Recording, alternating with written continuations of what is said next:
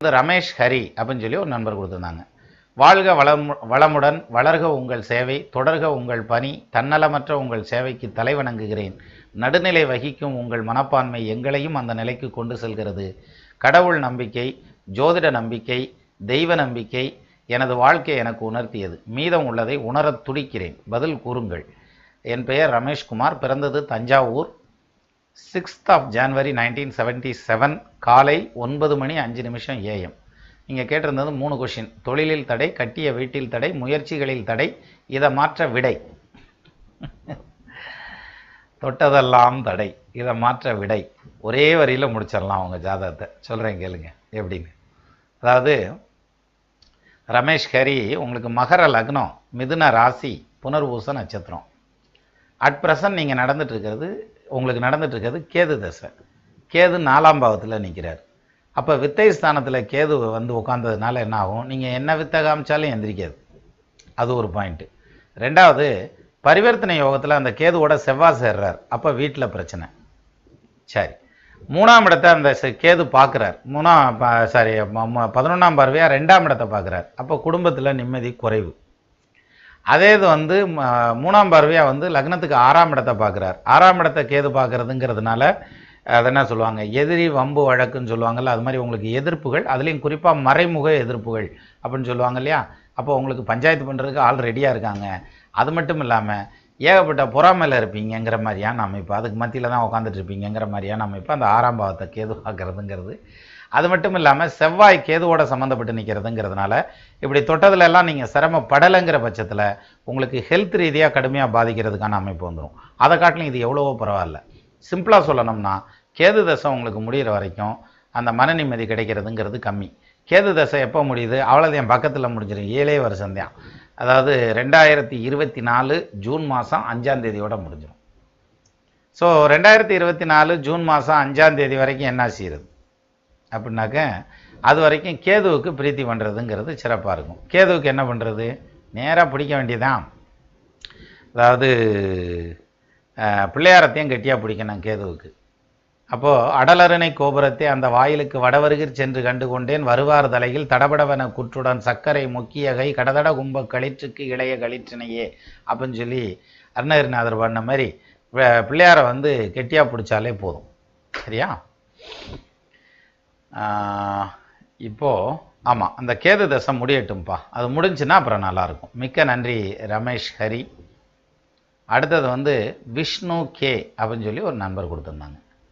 மதிப்பிற்குரிய சின்னராஜ் அவர்களுக்கு, என் பெயர் விஷ்ணு. நான் உங்களது அனைத்து பதிவுகளையும் பார்த்து விட்டேன். கடந்த 6 மாதங்களாக உங்களது அனைத்து பதிவுகளையும் வாரம் வாரம் தவறாமல் பார்த்து விடுகிறேன். நீங்கள் பார்க்குறதுல வந்து 10-500 வீடியோ இருக்கும்னு நினைக்கிறேன்ப்பா. ஆனால் ஆக்சுவலாக இருக்கிறது வந்து மோர் தென் 5000க்கு மேலே. 5000 போயிருக்கும், நேரம் 7000 போயிருக்கும். நிறைய வீடியோ இருக்குது.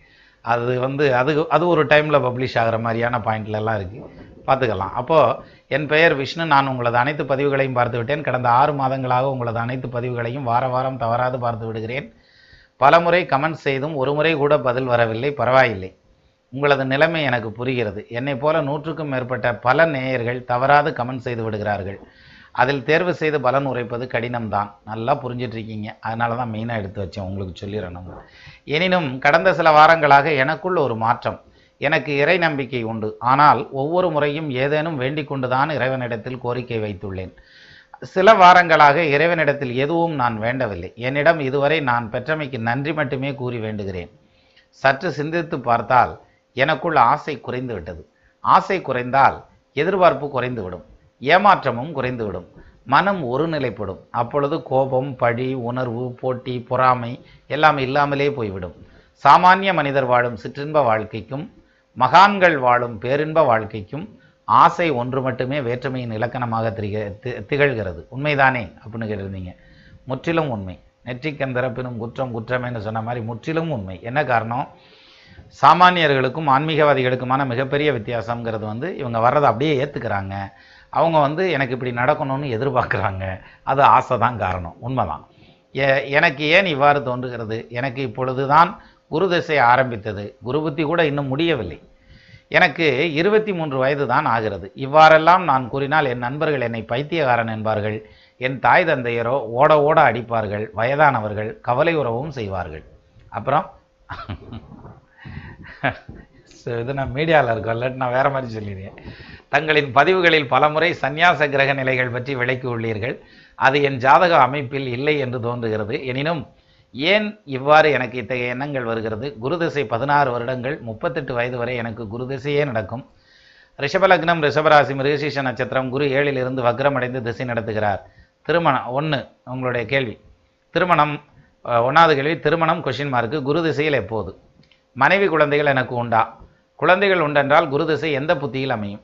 அட்டமாதி 7ல் இருப்பதால் திருமணம் மற்றும் குழந்தைகள் இல்லை என்றாலும் பரவாயில்லை, உள்ளதை உள்ளபடி கூறிவிடுங்கள் ஐயா, எனக்கு ஒரு உண்மை தெரிஞ்சாகணுன்ற மாதிரி. அதுக்கடுத்து கொடுத்துருக்கீங்க பாருங்க. செயல்பட்டு அழிந்தது என தொடங்கும் பாடல் வரிகளுக்கு ஏற்ப தலையெழுத்தையே மாற்றும் வல்லமை முருகப்பெருமானுக்கு உண்டு என்பதற்கேற்ப இவ்வினாவின் பாரத்தை திருச்செந்தூர் முருகன் மீது ஓட்டுவிட்டு உங்களின் ஜோதிட பார்வைக்கும் இதை விட்டு விடுகிறேன். நேரம் இருந்தால் ஐயத்தை தீர்த்து வைக்கவும் ஐயா. சரியா? செயல்பட்டு அழிந்தது செந்தூர் வயற்பொழில் தென்கடம்பின் மால்பட்டு அழிந்தது பூங்கொடியார் மென்மனம் மாமயிலோன் வேல்பட்டு அழிந்தது வேலையின் ஜூரனும் வெறுப்பும் அவன் கால்பட்டு அழிந்தது இங்கு என் தலைமையில் ஐயன் கையெழுத்தே அப்படின்றது அந்த பாடல், நீங்கள் கொடுத்துருந்த பாடல். அடுத்தது என் மனதில் தோன்றியதை வெளிப்படையாக சொல்லிவிட்டேன், ஏதேனும் தவறு இருந்தால் மன்னித்துக் கொள்ளுங்கள் ஐயா. பிறந்த விவரம்: விஷ்ணு 27 ஜூன் 1995 காலை 4:24 AM சென்னை. லக்னம் ரிஷப லக்னம், ரிஷபராசி, மிருகசீஷ நட்சத்திரம். இப்படிக்கு என்றும் உங்கள் அன்பு நேயர் கு விஷ்ணு. அதாவது விஷ்ணு, உங்கள் ஜாதகத்தை எடுத்து வச்சிருக்கேனாப்பா. லக்ன ரிஷப லக்ன, ரிஷபராசி, 12ல் கேது உட்காந்துருக்கார், 7ல் குரு உட்காந்துருக்கார். குரு தசை குருபத்தி நடந்துட்டுருக்கு, 23 வயசு ஆகுது. குரு அனுச நட்சத்திரம், சனிசாரம் வாங்கி நிற்கிறார். இப்போ நீங்கள் சொல்லிங்க இல்லையா, என்னுள் ஆசை குறைந்து விட்டது, மனம் அமைதி அடைந்து விட்டது, சலனம் இல்லாத ஓடையை போல, சலனம் இல்லாத குளத்தை போல மனம் அமைதியாக இருக்கிறது அப்படின்லாம் ஒரு பில்டப் கொடுத்துருந்தீங்க இல்லையா. எல்லாம் கரெக்டு தான், வாஸ்தந்தான், ஒத்துக்கிறலாம். ஆனால் இது புயலுக்கு முன்னால் இருக்கக்கூடிய அமைதி அதானே தவிர மற்றபடி நீங்கள் சாமியாராக போகிறதுக்கெல்லாம் அமைப்பு இல்லை. காரணம் என்ன? 7ல் தனிச்ச குரு உட்காந்துருக்கார். தனிச்ச குரு 7ல் உட்காந்துருந்துச்சுன்னா மனைவியால் மன கஷ்டம் வரணும் அல்லது அவமானம் வரணும். ஆனால் அவர் வக்ரம் ஆயிட்டார், அதனால் அதெல்லாம் வராது. அவருக்கு வீடு கொடுத்தவர் எங்கே உட்காந்துருக்கார்? கேந்திரத்தில் உட்காந்துருக்கார். நிச்சயமாக கல்யாணம் நடக்கும், குழந்தை ஊட்டி உண்டு, குடும்ப வாழ்க்கைங்கிறது ஒன்று உண்டு. கல்யாணம் வேணால் 1க்கு 2 பண்ணிக்கலாமான்னு கேட்கலாமே தவிர சாமியாராக போனால் எனக்கு புள்ள ஊட்டி இருக்குமான்னு கேட்குறதுங்கிறதுக்கெல்லாம் வாய்ப்பே கிடையாது. குருதசை குரு புத்தியை விட்டுருங்க. குருதசை சனி புத்தியில் உங்களுக்கு சனி புத்தி புதன் புத்தி, இந்த 2 புத்தியில் கல்யாணமும் உண்டு, குழந்தை பாக்கியமும் உண்டு. சனி புத்தியை விட புதன் புத்தி உறுதியாகவே சொல்லலாம். குருதசை புதன் புத்தியில் திருமணமும், அதே குருதசை புதன் புத்தியில் குழந்தையும் உண்டு. நீங்கள் நார்மலாக எல்லார்த்த போல் பிரமாதம் மத்தியம் வேலை பார்த்து சம்பாதிப்பீங்க, சொத்து வத்து வாங்குவீங்கன்னு இருக்கே தவிர இந்த ஆன்மீக நாட்டம் அப்படின்னு இருக்குது இல்லையா, இந்த ஆன்மீக நாட்டம்ங்கிறது இன்னும் முழுமை பெறாத ஒரு ஐட்டம் அப்படிங்கிறது என்னுடைய கருத்து. அஃப்கோர்ஸ் ஆன்மீகத்தில் எவ்வளோ சின்ன வயசாக இருக்குங்கிறதோ எவ்வளோ பெரிய வயசாக இருக்குங்கிறதோ முக்கியம் இல்லை. உங்களோட எனக்கு வயசு கூட, எனக்கு ஆன்மீகத்தில் அந்த முன்னேற்றம்ங்கிறதோ அல்லது அந்த மெச்சூரிட்டிங்கிறதோ எனக்கு கம்மியாக இருக்கலாம்.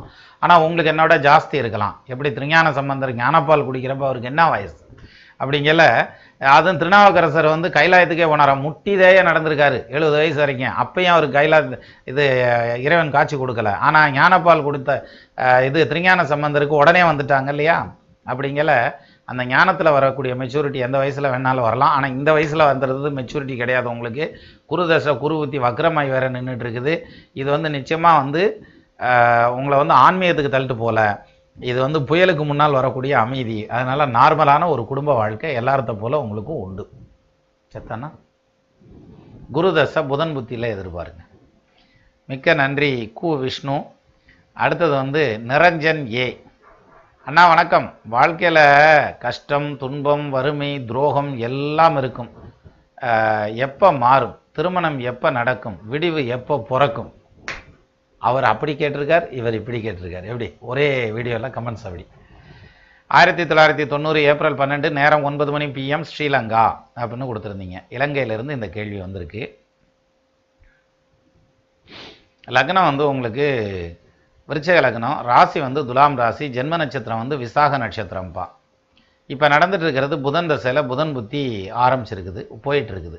ஆக்சுவலாக உங்களுக்கு இதுக்கு முன்னால் கேது தசை நடந்தது.